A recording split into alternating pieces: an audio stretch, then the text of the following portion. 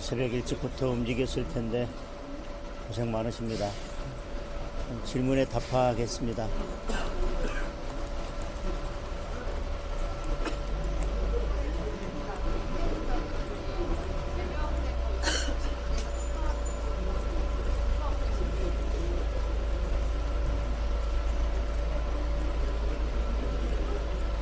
당에서 즉각적인 제명 조치를 했고, 그동안 당협위원장으로 했던 당무 행위에 대해서 모두 취소를 했습니다. 그 외에 추가적인 조치에 대해서는 따로 고려하고 있는 것은 없습니다.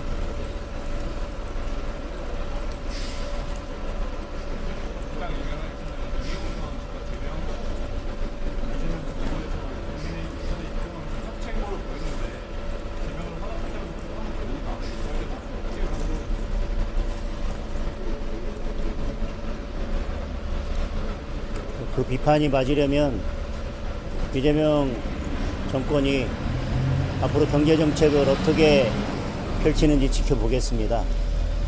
저희는 이해운 전 의원에 대한 장관 기용은 지금의 여러 이슈들을 덮기 위해서, 그리고 무늬만 협치하는 모양을 갖추기 위한 것이라고 생각합니다.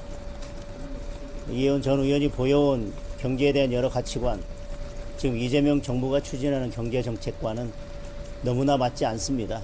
어떤 의도로 장관으로 발탁을 했고 앞으로 어떻게 경제정책을 펼쳐갈지에 대해서 지켜보도록 하겠습니다. 저희는 이해운 전 위원의 장관직 수락에 대해서 개탄을 금할 수 없습니다. 조금이라도 양지가 되면 자신이 그동안 가지고 있던 가치도 철학도 버리고 동지들까지 버릴 수 있다는 것에 대해서 여러 참담한 마음입니다. 대표, 오늘부터 이틀 동안 좀 호남 일정을 갖게 되시는데, 지난달 광주 민주묘지에서는 시민들 좀 항의도 있었거든요. 이번에 일정에 좀 임하시는 각오가 있다면 말씀해 주실 수 있을까요? 저희들이 호남 동행, 그리고 월간 호남 동행은 진정성을 가지고 추진하는 것입니다. 지난달에는 약간의 부딪히는 일도 있었지만 저희들이 진정성을 가지고 계속 호남 방문을 한다면 우리 호남 분들의 마음을 얻을 수 있다고 생각합니다. 정치는 국민의 마음을 얻는 과정입니다. 국민의 마음을 얻기 위한 기본은 진정성입니다. 진정성 있게 다가가겠습니다. 그리고 정치의 목표는 국민들의 삶을 바꾸는 것입니다. 우리가 진정성 있게 호남을 방문하고 호남의 여러 현안 문제들에 대해서 저희들이 먼저 나서서 보다 적극적으로 해결하다 보면 호남인들의 마음도 차츰 저희 국민의힘 쪽으로 올 수 있다고 생각하고 있습니다. 이재명 정부에서 보수 인사를 영입한 만큼 국민의힘에서도 중도 확장에 좀 속도를 내야 하는 거 아니냐, 이런 얘기들도 나오는데요. 중도 확장의 필요성에 대해서는 누구나 다 공감하는 것입니다. 내년 지방선거를 앞두고 지방선거에 승리하기 위해서는 지지층뿐만 아니라 중도층의 마음도 얻어야 된다고 하는 것에 대해서 다른 생각을 가진 분들은 없을 것입니다. 그런데 저는 아무런 가치와 철학 없이 상대 진영의 인사를 이렇게 영입하는 것에 대해서는 조금 더 지켜봐야 한다고 생각합니다.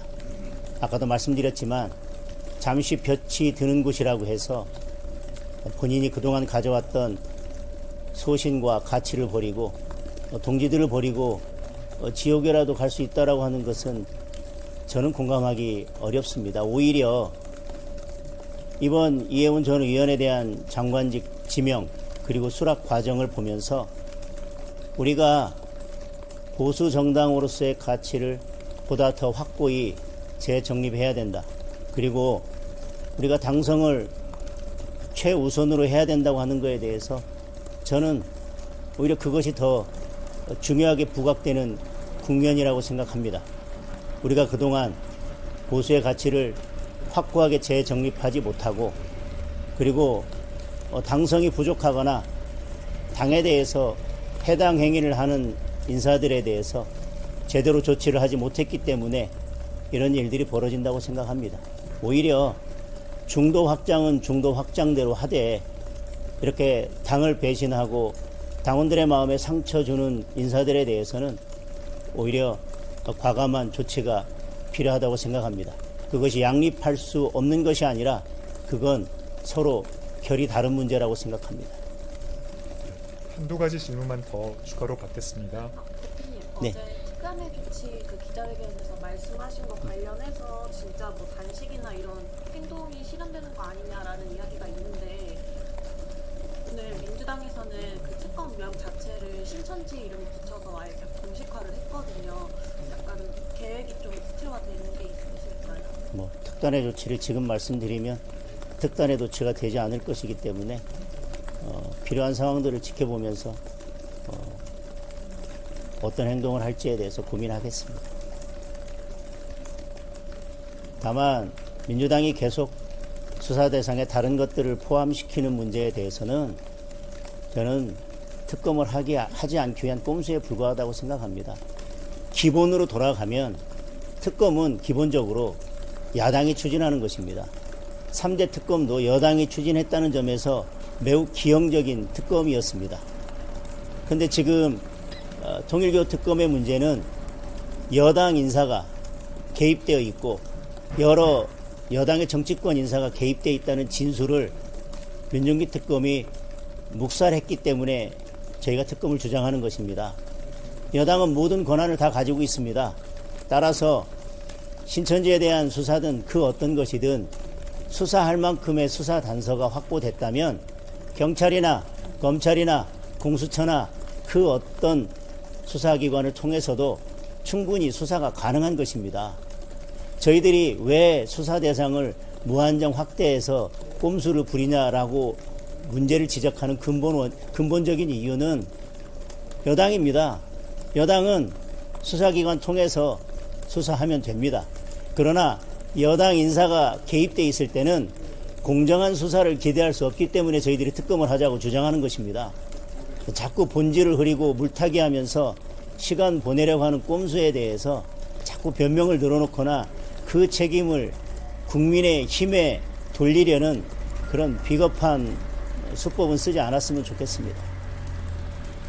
네, 이상으로 마무리해도 되겠습니까? 네. 네, 하나만 더 받겠습니다. 대표가 이제 연대 방안에 대해서 연말 지나서 협의해야 된다고 하셨는데 어떻게 보시나요? 제가 말씀드리지만 내일이 본회의입니다. 내일까지 통일교 게이트 특검에 대해서 어떤 합의가 이루어지거나 법안이 처리되지 않는다면 여러분 잘 아시겠지만 연말 연초를 지나면서 이 이슈는 점점 사그러들게 될 것입니다. 그리고 1월 8일까지 민주당이 이런 식으로 계속 수사 대상이나 특검 추천 주체를 놓고 실랑이를 벌이다가 결국 1월 8일만 넘기면 1월 중순까지는 본회의가 잡혀있지도 않습니다. 결국은 어떻게든 1월 8일만 넘겨서 특검을 모면해 보겠다고 하는 민주당의 꼼수가 명백하기 때문에 어떤 행동이 필요하다 하더라도 연말이 지나기 전에 어떤 행동을 시작해야 될 것이고 연말 지나고 연초에 어떤 행동에 돌입할 건지 생각해 본다고 하는 것은 이미 때가 늦은 것이라고 생각합니다.